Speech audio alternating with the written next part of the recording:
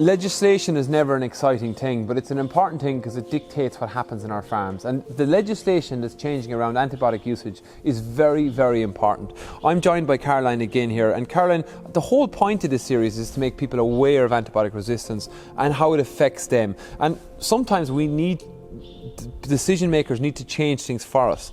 And there's new policy coming around antibiotic usage on farm. So I suppose the first question, when are the changes expected? When is the legislation going to change? The new legislation will come into force in January of 2022. So literally in just over 2 years' time, we will all have to work to comply with new stricter controls around the use of antibiotics.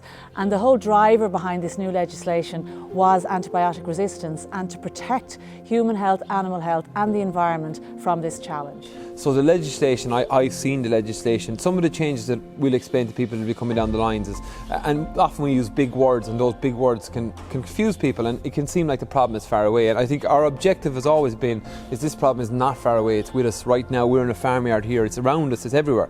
Prophylaxis, explain to me, what's the new legislation saying around prophylaxis? The new legislation is very much focused on stopping the preventative use of antibiotics, which is what prophylaxis is. I mean, I'm sure you've encountered many examples where antibiotics are used just in case the animal gets sick. The new legislation is saying you can no longer do that. So the cases of, for example, giving all my dry cows an antibiotic, giving my lambs at birth maybe something like spectinomycin to stop watery mouth, that type of group treatment is a thing of the past.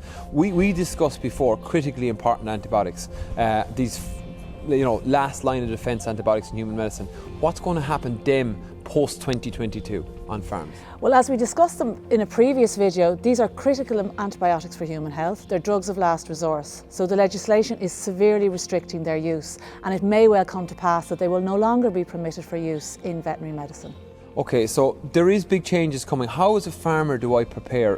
What do I do? I suppose looking at what's your advice, what's the department's advice now for farmers looking ahead towards this legislation change? Farmers need to look at how they're using antibiotics, and in essence they need to reduce the quantity of antibiotics they're using on farm, because the whole driver behind the legislation is to reduce antibiotic use overall in the farming sector. Finally, okay, people will say, can we just not develop new antibiotics? But you said an interesting thing to me. When was the last time an antibiotic was developed? 1987. That's a long time. So we have no new antibiotics in the pipeline. We're protecting what we have, and obviously legislation will help do that. It will. The legislation's being developed to incentivise the development of new antibiotics, but my sense is the reality of any new antibiotics that are developed will go into human health, and it's unlikely we'll see any new antibiotics coming into the animal health sector. So it is vital that we keep the antibiotics that we have working through responsible use. So protect what we have. Thanks, Caroline.